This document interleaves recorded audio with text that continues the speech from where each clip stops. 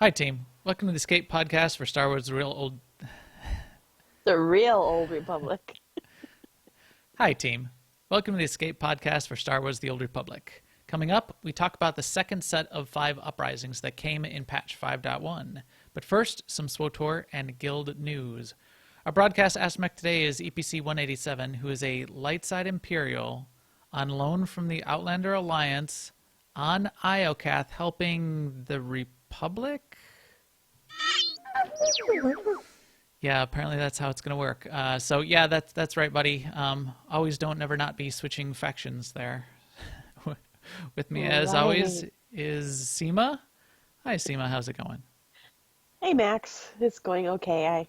I just want to say last week I said I was going to do heroics on McKeb because it was a conquest target, and I knew a few weeks ago I had said the same thing, but then I found out it wasn't also, a CXP target. You can't get it from the CXP, so I didn't do it before, but I did it this week, and oh my God, all those people, and I was thinking, all these people complain about them taking too long, and I'm like, oh, I'll be fine, blah, blah.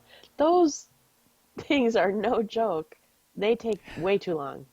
And I mean, there was one of them where, you have to get this item, click this, click this, click this, and then you have to kill a boss, right? And then after that, I was like, oh, click another thing and kill that boss. And I'm not like, okay, now I'm done. And it was No, like, no, click another thing and kill that boss. And I'm like, it oh was my like gosh. 4, right? I remember that one. Yes. It was Yes. terrible, and you had like go to different places each time. Oh, Right. it's Right. yeah, it's insane. So yeah, I am. Yeah. Yeah. No more McKeb heroics. No more But Macab. yeah. Yeah. I like Now, Macab in even general, if it's, but and in fact, I got way more conquest points by just going and doing Alderaan heroics, which were a third of the points for us because we were invading the planet that had the bonus for McKeb heroics, but you could do them many more times in the same amount of time. But yeah. Anyway, so how was your week? my week was good as you would expect. I think. Oh, what am I up to? Um, Command 286. How did I get to 286? I know. Well, I got 2 ranks during MFN just now when we were messing around doing But the Eyeless and then the world I bosses. didn't do the eye holes. I didn't do I didn't do eye Don't say holes that. on this character. I did it on my power tech because I tanked tonight. Oh, that's So right. I did a lot of PvP again this week. Some GSF. There were some bonuses over the weekend, and that helped me out because I had a little bit of free time. I kept like I kept jumping into the queue, and then I would like run around the house and do some chores until I heard the queue pop, and then I would go back and do a Warzone. I was I was doing that some, and I was also like paying bills on the side. Anyway, enough to get me from, I think last week I was at 251 and I'm at 283. So 2 weeks Yeah. until the next update, I will hit 300, which was my goal. I also noticed while we were doing the eye holes tonight, my power tech is like rank 30 or something, which I don't know how that is. I mean, that must just be from tanking on some mandatory fun nights because I barely use that Yeah. character. Right. And on that character, you send the little CXP packs over to your other character, so he's Yeah, not even getting those. Yeah. right.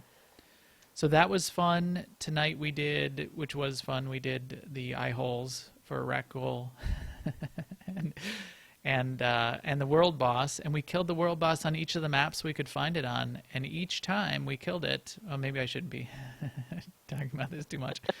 It's not an exploit because you're supposed to be able to switch maps if the boss isn't there, and switch maps if you need to go to a PvP map. But each time you kill it, you get a nice big CXP pack for killing that world Right. boss. I think they Yeah. need to tune that down or make it so you only get one because it does seem a little overpowered to be able to be Well, killing it over maybe, and but over. maybe their philosophy is it's an event. It's not there every It's day, I mean you gotta put even though it a seems good like group it. of people together. It's at least you know we did it with 16 and it was easy, but there was like a group of 3 guys that were goofing off there and wiped 3 times while we were getting our group together. So it's not something you can go solo and just farm. So it's serious business. And then as such, group content would be worth it. And yeah, and also I followed through on some of the other advice I was talking about 2 podcasts ago on gearing up alts. I did do, in prep for that show, I geared up my tank gear set, which I share between my PowerTech and Vanguard, and then I put another gear set together. So across my 70s, I now have another DPS gear set that I put on my Sork today because I happen to be out gathering mats on Zakul while I was on conference calls. And just by having all of those 240 pieces, the blue 240 pieces, and pulling the mods out of them and putting them in legacy gear, I have a lot of alt gear. So it is possible there. So that's what I've been doing. And I see what's in the chat room right now, and I'm going to talk about that in guild and community news. But first, regular news. Now, an Imperial News Network report. Regular news. What is regular news? SWTOR news. I don't know. SWTOR news. Today was an update. It was a back-end update there, so there's no patch. There's no version. They needed to do some back-end work on the servers, probably in prep for what's coming in 5.2 in 2 weeks, or just general maintenance. They did extend it by an hour, but everything seems fine, and things seem to be looking pretty good right now. Yeah, maintenance, whether we need it or not. Yes. Yes. It's good to be proactive. Also in the news, Eric made a post about what it's going to take to be able to play and do the things on IOCATH that's coming in 5.2. He says you do need to be level 70, but you don't need to be subscribed to play, do the dailies, and do what story is there. You don't need to have completed Coffee or Kotet. However, if you do play there without having done Coffee or Kotet, be aware that there will be spoilers for that earlier story, so you may want to factor that into your decision. And even though you don't have to be subscribed, I'll just add that to get to be 70, you had to have subscribed at some point to level from 65 to 70, right? At least that's the story. But yeah, I didn't think you needed to, but maybe you did, or maybe that unlocked the last 5 I don't know. levels or whatever. He said that in his post, though.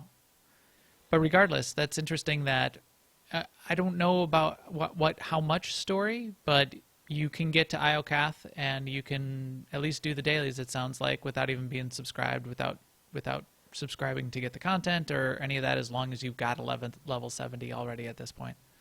And what we're wondering about is if that what that means for the operation, whether you'll be able to do that without subscribing, or if you have to will have had to if you have to subscribe for it. And that I can't see them enabling without being subscribed, because you can't do any operation in the game right now. You can't even do Eternity Vault without being subscribed. So there is that. Also, they had a second post about open world PvP on IOCATH, and they just scratched the surface on what that means, and they're going to have more. But that's what I was alluding to in my little blurb about EPC Droid 187 and his faction on IOCATH. So you're going to get to pick a faction when you get to IOCATH. You're either going to be helping out the Republic or you're going to be helping out the Empire. It's only going to matter when you're on IOCATH, and you'll be aligned with that faction for IOCATH only, and it does not have to match the class of your character, which is pretty interesting. So you can be a Jedi and figure that you want to help out the Empire on IOCATH. You can be a bounty hunter and figure you want to help out the Republic on IOCATH for whatever reason. So you'll do that, and then it sounds like the main thing that it will affect when you go on IOCATH then, I imagine this is only on a PvP instance, but open world PvP then will be encouraged through this system, and you will be PvPing against the opposite IOCATH faction.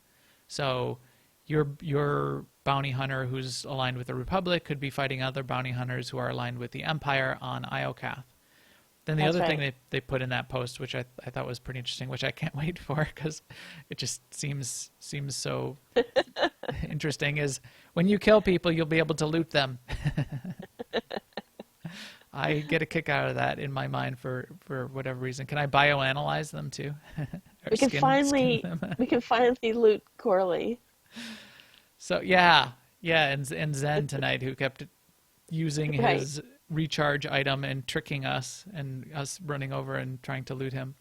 So you'll be able to loot people. The only thing you're actually looting is an IOCath PvP currency. And it's not only you'll be able to get that currency from more than just PvP, but it's an IOCath currency that sounds like you'll be buying special one-time use unlocks, like a walker mount that you can ride around in and actually shoot people with. Yeah.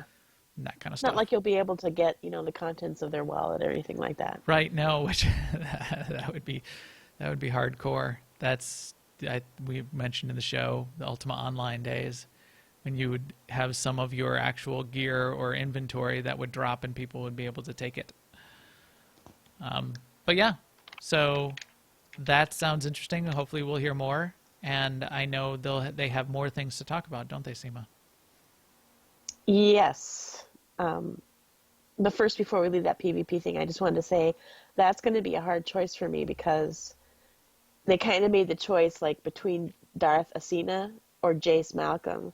And Darth Asina, I admire her. I think she's a great character, and I like how she handled the whole thing with the Zakul Empire and how she interacted with me as, supreme leader of the Alliance. But Jace Malcolm, he's like my main guy. I've thought he was awesome ever since the very first cinematic that I saw him in. So that is interesting. So I didn't realize it was Jace on the Republic side. So Asina I like too, and I was thinking. Yeah. No, it makes sense because it's not yeah. Suresh, because Suresh is either spoilers. Suresh is either dead or in prison, right? Right. So so I was a little miffed at how the Republic performed through the story of Knights of the Eternal Throne. And I was thinking, Asina was cool at least and helping me out and didn't seem to be too terrible for an Imperial, and wasn't she didn't kill too many Bothans. So I was definitely going to go Empire on Republic characters or Imperial characters. I was liking that idea from a story perspective, but now you're right. Jace Malcolm's pretty cool, huh? Now it's going to be a tougher decision. But they do have, back on schedule. They do have more communications that they're going to do. Are they still going to be doing a live stream this week? I forgot to verify this, but last week they said they were going to do one on the 30th. 5.2 is on schedule to be launched on April 11th. So there will be live streams coming before then, and there's going to be more dev posts. There's going to be more info on the IOCath PvP thing coming out, on the dailies, access to IOCath, like who gets it, when, how do you do it, the whole more information about choosing that faction that Max was just talking about on IOCath, and then also something about the new galaxy map, which sounds mysterious and intriguing. Yes, it does. It's for it to get its own bullet out of that list. That's pretty interesting. So that is the SWTOR news. We are all waiting for 5.2, which should be pretty interesting as new content. Even though we're still having fun with the current content, which we'll be talking about tonight. In guild and community news, what I was alluding to that we were seeing in the chat room, and I did know because I saw on Twitter a 299 show up. Zen, at least, is another member of the guild that has hit 300 command rank. Yay! So we have a handful, a small handful, but a handful of people now that are at command rank 300, which I hope to be before too long as well, but I am not yet. What else do we got going on in the guild, Seema? Wednesday night's imp raid called SUP, which is Sith with Unlimited Power, looking for a tank. So if you want to be a raider and a tanker, regular on Wednesday nights, talk to Arv. You can find him in Discord. Just about any time of the day is a possibility, really. In game in the evenings is best, probably. Also want to say for Conquest this week, on the imp side, we invaded Tatooine. On the pub side, we invaded Terrace. And the repeatable stuff this week is pretty much PvP, group finder stuff, and the Rackle stuff. So no repeatable crafting, no repeatable planetary heroics this week. Right. But plenty of PvP if you want, and certainly go kill some rat ghouls or do the rat ghoul flashpoints, and you'll get a good number of points that way. As always, if you are not in AIE and would like to come check out the guild and join, you can do that. We would love to have you do that. That's why we do the show.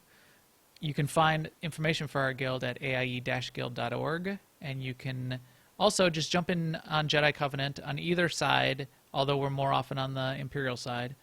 But we have a guild on each side, and it's /cjoinaIELFO to join the open officer channel for AIE and look for an officer in there. If you don't find one in there, you could look at aie-guild.org and get information on how to get to our guild Discord and come chat with us, which we typically are looking at, the officer crew is looking at on a very regular basis. We are a big guild across many, many games, so you'll also then be able to see what's going on in WoW and the people that are playing Rust lately, and Final Fantasy crew is quite big right now, and people talking about getting back into Secret World. So lots of stuff going on in AIE. Come join. Eve, yeah, big. We got a good. I flew with those guys for a while, for about a year and a half in Eve. Tons of good stuff. As always, also, thank you to the chat room. It is great to see you guys helping out, giving us tips and facts and making us seem smarter than well, at least smarter than I actually am, but Seem is already smart enough. What?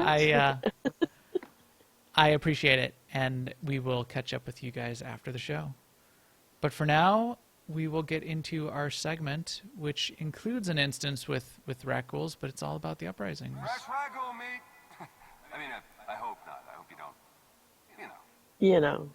It's still one of my favorite voiceovers in the game. So we have talked about Uprisings in the past. I went back through the list, though, trying to find it. I thought we had done a show where we talked in detail about the first 5, but maybe we didn't. I know one thing we did do is we did a preview video for, which one was it? It was Firefrost, right?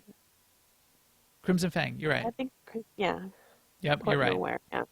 It was Crimson Fang. So we did a preview video before it was launched. BioWare allowed some of the influencers to go in there and record a walkthrough of Crimson Fang, and we were able to publish that a few days early, which was sort of fun. We did talk about them in general, though, on multiple podcasts as news was coming out about what they were and what to expect. And we've played all of them through, and I know we've at least mentioned that on the podcast before as well. What we had not done, and in fact until this week we had not even done 100% of the next 5, but in patch update 5.1 they added 5 more Uprisings, so there's a total of 10. So we're going to go through just a quick overview of what the second set of 5 were and tell you what we liked and didn't like, and talk a little bit about our thoughts on Uprisings in general. So the first 5 were Done and Dusted, Firefrost, Crimson Fang, Inferno, and Fractured. So that's Done and Dusted is the cool one on Tatooine, where you can get the pets to come fight with you if you go by the little dust clouds on Tatooine and fight through the base. Yep. I like that one. I think that might be my favorite of the first 5 set. Yeah, that's the one I pugged. Yeah. It was fun. Firefrost is on Hoth. It's in the cave. It's with the pirates, and it's the guy who yells at you for blowing up his turrets. Crimson Fang. I liked Crimson Fang though too, and maybe it was because we get to go in there early. But you and I 2-manned Crimson Fang, and you start fighting pirates in a space station, and there's the little bonus boss or the little bonus side quest where if you go and save a guy from getting beaten up in the bar, then the rest of the bar patrons turn on you, and you get to sort of escort him through the rest of the Uprising, which is sort of cool. Inferno is on Ord Mantell in that volcano base at the end of Ord Mantell. I like the base. The bosses, from what I remember, are relatively forgettable. I mean, it's just some Sith Lords that you fight. But I always liked Ord Mantell. It's one of my favorite places in the game. And then the last one was Fractured, which we did a couple times. The part of Fractured I liked was, and I don't remember too much of it besides you have to like grapple up to the beams up above. Yeah, And so I'm a there's sucker for grappling. there's grappling, and then there's like a place where you click the thing to jump down. And I remember the first time I did that, I saw that like the landing pad on the ground, and I just jumped.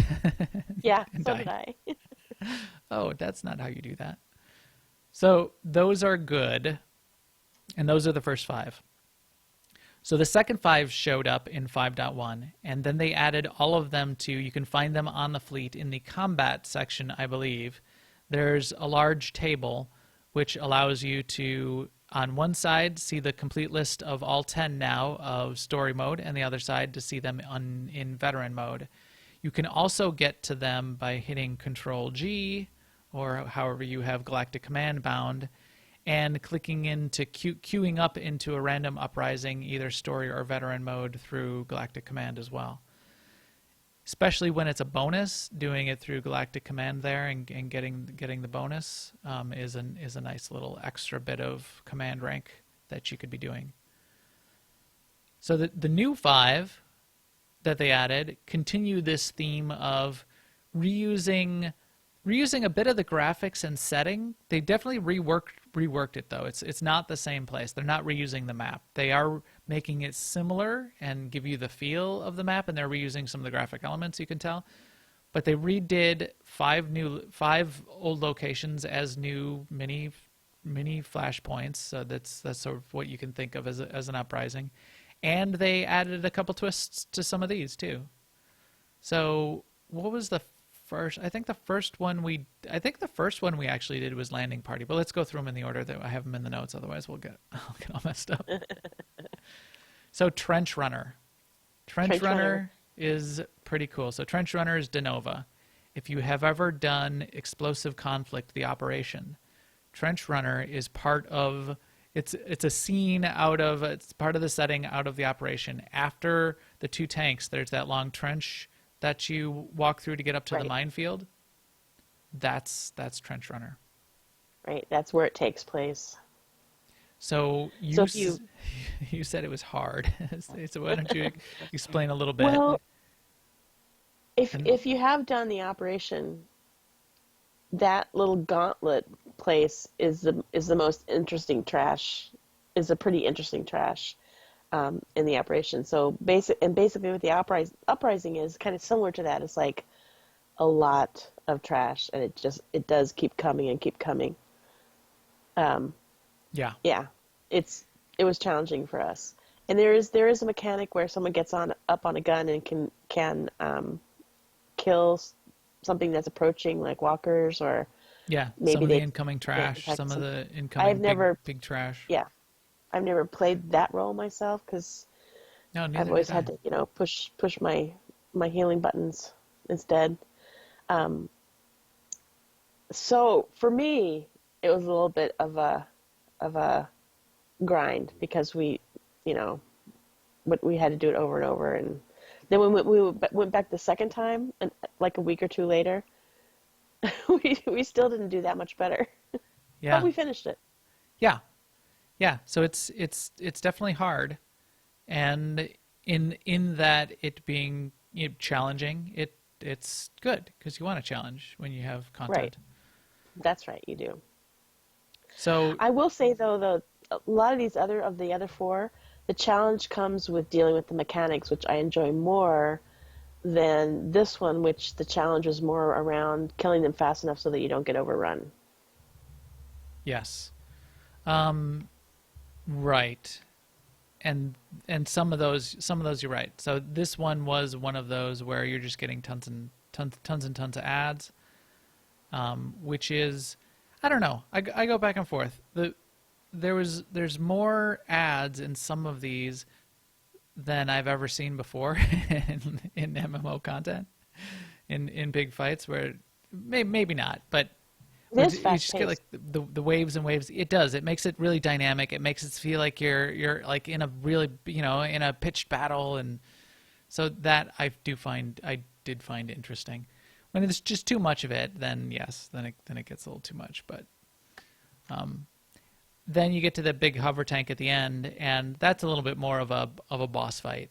And there's a little bit of mechanics to deal with there, and you're fighting the hover tank. I like explosive conflict, so I like the setting of this one. Yeah. It is a little bit of a challenge running that gauntlet through the trench, but that's part of the deal. So it gets you through it, and that's you do get that feel. You sort of get the feel of doing the operation and why what the feel is of doing the trash leading up to the minefield in the operation. Get flashbacks to Kefis. Yeah, I mean, now that you remind me of it, I did like that hover tank fight at the end because, yeah, you have to figure out what the mechanic is, and then you have to do the mechanic, which that's challenging and fun. Yep. The second one is called Destroyer of Worlds, and this is on Makeb.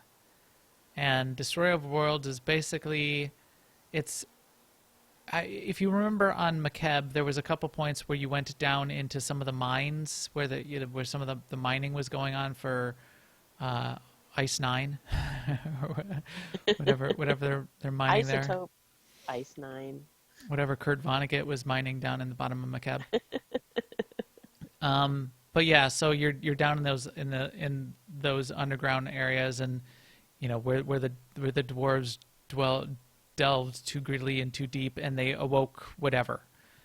So Yeah. this is like some of that stuff they awoke, and there was a couple good scenes in Makeb where you get like a big monster coming out of one of the holes in the mine. This is another one of those where there's some. I guess it's like Sith Lords or it was a rogue Jedi who you fight at the end, and then there was a Sith Lord and somebody else that you fight along the way. They're trying to summon this basically Cthulhu tentacle monster. I think I might have I might have a picture to show of this. No, I just have a picture of the end. You can see the start. So we did a couple of these this week, and I meant to take pictures, and I had Fraps running so I could take some pictures, and I kept forgetting. So I have pictures of everything when it's dead or after the corpse already despawned. So Right. So you get like an empty room, which is you and me standing in it. So if you're listening to this on iTunes or something, and just the audio, no need to go see the video because Yeah, right. I don't actually have pictures of anything. Anyway, it's these tentacle things you see in the little picture of when you click on the mission. That's the Cthulhu thing that they're trying to summon, which you don't ever actually fight. Instead, which I sort of liked, you start out in the beginning of the instance, you get to this robot, this probe droid that has bombs strapped to it. And you can see they're sort of like duct taped onto the outside of this probe droid. You're escorting that probe droid throughout the rest of the Uprising down to the pit where the Cthulhu thing is, and that's what defeats the Cthulhu thing. So you go through a few bosses along the way, and that's really your challenge. You're fighting those bosses. You're fighting the Jedi Master at the end. Those are your boss fights. There's one other mechanic that as soon as you get into the operation or into the Uprising, you get a debuff on everyone that makes you much more difficult to heal. And we started okay, a little bit of a spoiler on how you get rid of that debuff, but you'll see some items laying on the ground in various places, and there's 6 of them. They're dark relics. If you collect all 6 dark relics, then you can summon a bonus boss. Killing that bonus boss will then remove that debuff. I imagine did we do it we did it in veteran mode though, didn't we? I don't remember. I believe we did it in veteran mode with the debuff on us because we only found 5 of the relics, and we didn't know that that's how you got rid of that debuff. Oh, that's right. That's right. Because I remember thinking, oh, we didn't find the 6th relic, then like we're gonna miss some CXP or something. Because I thought it was like a bonus. As the healer, who I'm sure was annoyed through the whole Uprising. That's my secret. I'm always annoyed. Well, I could see as a healer to have a healing debuff on everybody could be a little bit annoying. That'd be like me having a damage debuff where I'm doing half my damage. I would be a little annoyed. But you kept making the point that I think we have to take this debuff off, guys. We haven't taken the debuff off.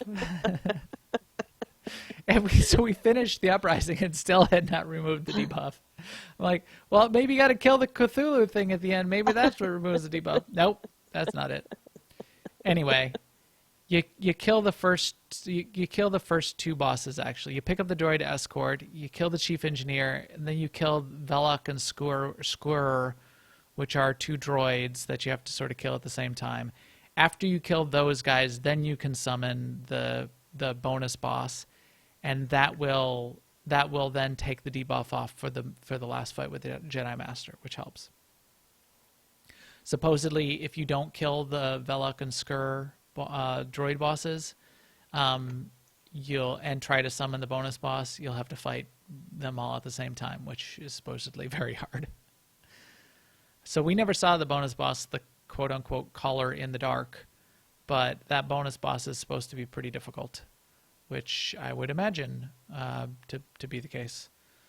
What else? What else? Do you remember anything interesting or fun from there? No. No. Although are making me want to go back now, and get the bonus boss. I do remember the second boss, the chief engineer, or is he the first boss? Yeah, he's the first boss. Talk about another fight where you have tons of ads. So he's chief engineer. He's in the middle of a little room. He's shielded, and waves of droids start spawning. And you must have to kill like 100 of them before his shield goes down, wasn't it? And they hit hard. They hit hard, and you're like tucked in a tight little area, and you can't get too far away, or the thing resets. So we tried to like line of sight just a little bit and just mowed them down, AoE'd them down. It was a challenge. Also, if you're escorting that droid along the way, you can get if it sort of moves ahead. It does not wait. It does not. You're not escorting it. You're chasing it. If it gets blown up, there are repair kits along the way. They're like a little toolboxes, and then you can fix it up after you kill the things that killed it.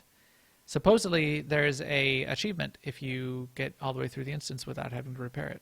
So that's something to keep in mind too. That's something we'll probably never know for sure. It's a mystery. I think it's a lie. It's a canard, a story told with intent to deceive.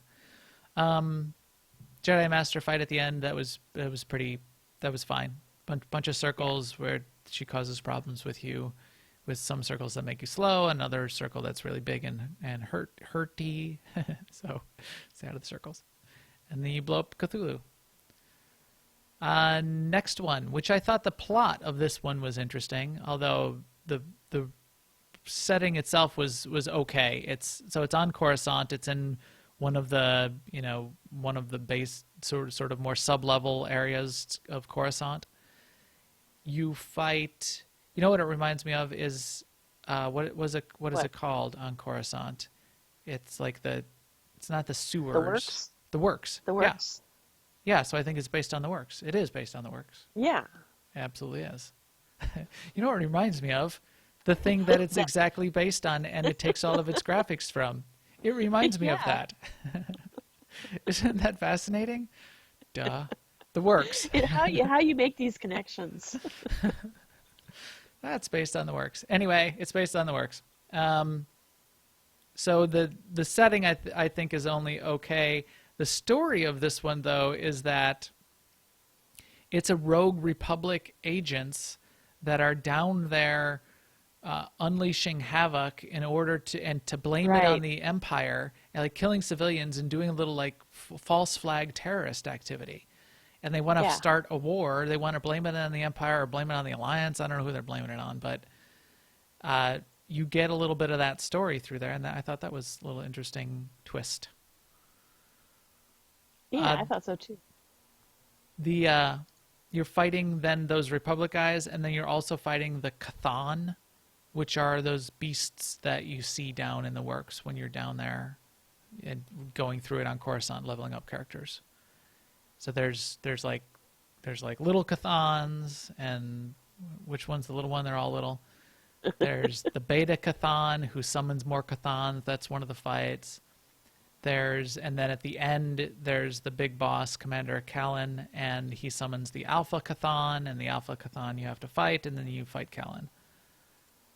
And then the one other interesting part where you saved my life, Seema, was the poison room. So, spoiler, you'll get to a part, you'll blow up some robots, and then the room will start filling with poison, and you have to figure out how to get out. And how to save yourself, which we did, and Seema saved me, so that worked pretty well. I like those kinds of puzzly deals. Yeah, me too. Right here, I do have a picture of the start of this one. So here, there's a couple Cthulhu's in the back, and then I think I have a picture of dead. This is the first boss, dead. Yeah, there he is, dead. Because I didn't think to take a picture until after he was dead. There was a rogue maintenance droid, which I tried to collect to use. I found that I took multiple pictures of the rogue maintenance droid. This is like a slideshow when you come back from vacation and you're showing your friends. And here's another picture of the rogue maintenance droid. And here I am in front of the road maintenance droid. Weren't you in London? Yes, but this is another picture of the curb, because the curbs were just fascinating. See how it says look left? That's because Americans are so dumb and they don't know the traffic goes the wrong way. So I took another. Oh, here's another picture of a look left sign. Yeah. So yeah, this is it down there. Things on fire. This is the last boss. So yeah, I finally figured out how to take a picture of one before we fought it. So there he is. But I like that poison room. Yeah. No, on chat room, Benori. No, it's not a jumping puzzle. No. You do have to run around, and there's ads that are sort of inhibiting you, but you're basically just shutting off a couple consoles and clearing out the ads, and then you stay alive. And then you kill. So this was another fight. There's multiple fights in this one, and this is one of them, and we'll talk about the next one in the last Uprising. But you have to kill the Alpha Cathon, and then you have to kill Callan, and they're both significant fights. So you get done, like, kiting the Alpha Cathon around and staying out of the fire and staying out of the circles and staying alive, getting healed, kill it, and then you're like, oh, good, finally, got done with Right. the fight. And then You're like, he jumps in. We're like, oh, I forgot about you hanging out back there. And you gotta like do the whole, then it's like a whole nother fight. I'm like, all right, fine. All right, we'll shoot you if you really want us to. Bring it, bro. So then you kill Callan and you're done. And then what's his name? Sean. What's his name? Theron Sean. Theron Sean, yeah. He's doing a little bit of the voiceover, as he is so useful in so many places in the game these days, where Yes. he provides no value whatsoever, but just decides that he'll just talk to you and say things like, I'm not going to be able to help you right now, but good luck. I'm sure you can handle it. Good luck. Thanks, There's a Theron. big one coming now. Look out. Yeah, like when you're walking up to the Underlurker, when you're wiping on the Underlurker over and over, and you keep getting up to that point, and he says, communications are cutting out. Have fun. That's awesome. Thanks, Theron. Second, the penultimate of the 5 is Landing Party, and Landing Party was one we did right after the patch. Seema, Right, you and when I it came did out, with yeah. a few people. So I don't remember too much of it, but it's Rakata, and it's the Rakata Prime flashpoint. So it's based on the geography of that. There's an area where you're fighting the Primal Gargantuan, which is like one of the first few boss fights in the Rakata flashpoint from Shadow of Revan, where you're fighting that big Rancor. It's a fight like that. So you got to stay out of the big circles. And that one had a special effect where he put a big orange circle on the ground when he was going to do his howl damaging ability, and you had to get inside that circle to stay safe from his howl. So that was interesting. I remember a lot of stuff going on in a couple of those fights. Like the last fight, there was like tons of circles and a channel attack, and you needed to run around and do a whole bunch of stuff, and it being relatively interesting. Telegraphs. Yeah, I like the fights. I remember liking it, doing that as one of the first ones, but haven't been back obviously. So I also like it because it's Ricotta Prime, and you're outside, and you're sort of like on the beach, and you know, if I got to fight some psychotic gargantuans, at least I can do it on a nice tropical beach. So Right. that's not too bad. With an ocean view, some palm trees, yeah. And then when I was looking up the notes, and some of these notes I looked up on Delphi. Delphi's got some walkthroughs of all of these. I looked up the notes for this, and there's apparently a hidden achievement in here where you're tracking down some Imperial spy. You know, Delphi's notes said Imperial Sky. So that's what I have in our notes. Do you see that where it says Imperial Sky is hiding? Yeah. That's what's in her notes. Now I think it's probably an Imperial spy. I'm she had a guessing. type over that because I'm like, what's an Imperial Sky? And why is an Imperial Sky hiding in the bushes? Anyway, if you find the Imperial Sky, you'll get an achievement. And then, which leads us to the last one, which is the theme of this week for Conquest. It's rec rolls. Right.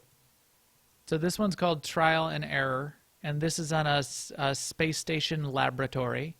And guess what happens? Somebody's doing experimentation with special serum, and the serum turns them and you, if you want, into a rat ghoul. So it's another rat ghoul of Uprising, which, you know, as I said earlier tonight, I like rat ghouls. I like fighting rat ghouls. I like the idea of the zombie rat ghouls in the game. I don't like so much, and this is one of the key mechanics to this Uprising, I don't like being a rat ghoul. So Right. I wasn't in love with that either. Yeah. I'm But doing most of the it's- talking tonight because, as you can hear, Seema has a cold. But as much as you want to talk, Seema, you can explain some of this. It's a cool implementation though, because if you don't want to be a rat ghoul, you don't have to be. You can still be yourself and progress through the Uprising with your normal abilities. And because if you do choose to be transformed to a rat ghoul, then you get a completely different set of abilities. And then there's one for tanking, one for DPS, and one for heals, and you can switch back and forth. Those are all cool ideas. So it is a cool idea. So you can switch stances on the fly, maybe in between fights or even during the fight. At least in between fights, between tanking, DPS, and healing. You only get 4 abilities, but it's 4 abilities specific to that discipline, to that stance. As tank, I think I picked tank, and I didn't like my abilities. And then Seema and I were only doing it with 2 people. I think that was also part of the problem. So as a tank and a healer, we didn't have, and then we tried it as tank and DPS even. Just even doing some of the trash, where there's the big wave of ads, and I'm trying to hit them, and my AoE ability has a 5-second cooldown, and I'm standing there staring at a set of a dozen ads pounding on me. And I can't do anything for 5 seconds, or I'm going to single target them. I wasn't very fond of that. So Yeah, and when we go in there and 2-man these Uprisings, we're kind of counting on our companions being there too. And when you do the rat ghoul transformation, your companions go away. Right. Yeah, so that was also problematic. When you die, though, you have the option to not transform into the rat ghoul again. So we died. And then we tried it again, and we died again with doing DPS and healer. And then we just went back to our regular bad old selves and cleared the rest of the place. So I like the idea. I didn't like... I feel like if you're going to do that, if they wanted to put it in that way, you should feel really overpowered Yeah, as being a raccoon. yeah. I was thinking about that too. It's like their abilities should do more than your normal abilities. Right. Yeah. And it, It should be. Yeah. You should feel really powerful. You should feel better than I mean, I'm in mostly 240 gear now on my mercenary, and I can just blow away the ads. And these raccoons were like pounding away and had having trouble. hey, Morocco. Me. The raccoon serum was not turning me into a super weapon. It was turning me into a sub weapon. But there's a picture of Seema and I as raccoons. So if you ever wanted to turn into a raccoon, you do get your chance here. And then you fight some guys, and then those guys turn into raccoons. Oh, I mean, those are some good-looking raccoons. Oh, the Seema Max raccoons. Yeah. Yes, they're quite spectacular specimens. I'm sure somebody wants to put them in a specimen museum, wherever the Raccoon Prime thing was. Then where did that happen? Was that was part of the Shroud storyline, wasn't it? Wait, what? Where you chase down the Prime, Oh, the Prime specimen that was in like a space station that had a bunch of a space station warehouse for a bunch of rare antiquities, and the Raccoon Alpha was stored there, and it gets loose. That happens somewhere. that sounds cool. I think that might be part of the Shroud storyline, or the Seeds of Corruption macro binocular thing. I don't know. Anyway, there was also another mechanic. This room was relatively annoying. So there's two bosses that you're fighting in the next room after you turn into raccoons, if you want, where they are snipers. So they're either at either end of the room, and they've got these long telegraphs, and they're sort of sniping you. Also spread around throughout the room are laser triggered traps, which are very difficult to see. You can see them if you're looking really close and you're zooming in, but it's very faint laser beam, and it's not very easy to see where they're being projected out of. They're not telegraphed, so it's easy to and you got to be running back and forth in this room a little bit, because these snipers are hopping from either side of the room and back and forth. So, and there's fallen furniture everywhere too. So you're getting stuck on the furniture. You got to be jumping up on the table, and don't step on the laser. And then, I tripped another one, and now I'm lightning trap shocked and stunned, and so that was a little bit annoying to get through that, but not too bad. But this, as you would expect with any Raccoon instance, after you fight the two humans for a while, well, then they run into the next room and turn into raccoons, and then you fight them again as raccoons. They run into the next room and turn into raccoons. Ha ha. Ha ha. And then you get to the last boss, and the last boss is Alira Semes, and there's consoles around the outside of the room. There's a bunch of ads, and you have to interrupt her abilities and big circle that she puts on the ground and take out the consoles before you can even damage her through her shield. And then you kill the ads, and you fight her, and you almost kill her, and then she turns into a Guess raccoon. what? Yes. And then she's a raccoon, and you fight her as a raccoon. And you're a raccoon, and you're a raccoon. Everyone's a raccoon. But that one wasn't too bad. I think we one-shot her, and got through that without too much trouble. So not bad, again, especially if you like raccoons, just having another raccoon instance in the game. Playing as the raccoons, I'd say, was a little rough. And that's the 5. So there we go. What was your, so of those 5, Seema, what's your favorite? I'm gonna go with trial and error because I liked that fight where we were just complaining about the furniture and all that stuff because I can envision that you would learn how to navigate that room and really sort of trivialize that fight. Yes, I was getting hung up on the furniture, but the furniture, it's not like the furniture moves around. So eventually you would learn where it is and you would go around it. And the little lasers are hard to see, but you can go around them. You don't have to like wait for them to pulse off and then, or anything like that. You can just go around. You can just go around the little thing that's projecting it. So I think you could learn that fight and, which again, mechanics, that's what I like better than the trench runner type thing. Yeah, good point. Good point. And now that I'm asking the question of you and then thinking of asking the question back at myself, I don't know what my favorite is. Because you're right, that's a good part of that. And for some of the reason, as I said, that makes me like the Coruscant one, because it had at least the poison room puzzle, and that was a little bit of a surprise in there. But I didn't like the scenery of the Coruscant one as much as some of the other ones. I like the scenery of the Ricotta Prime one the best. I like the McKeb one. I don't know. But you're right. I like the one, which is the one that has the robot fight where you have to get behind a desk and punch a button to protect everyone from his really bad attack. I mean, I like that one too. Yeah.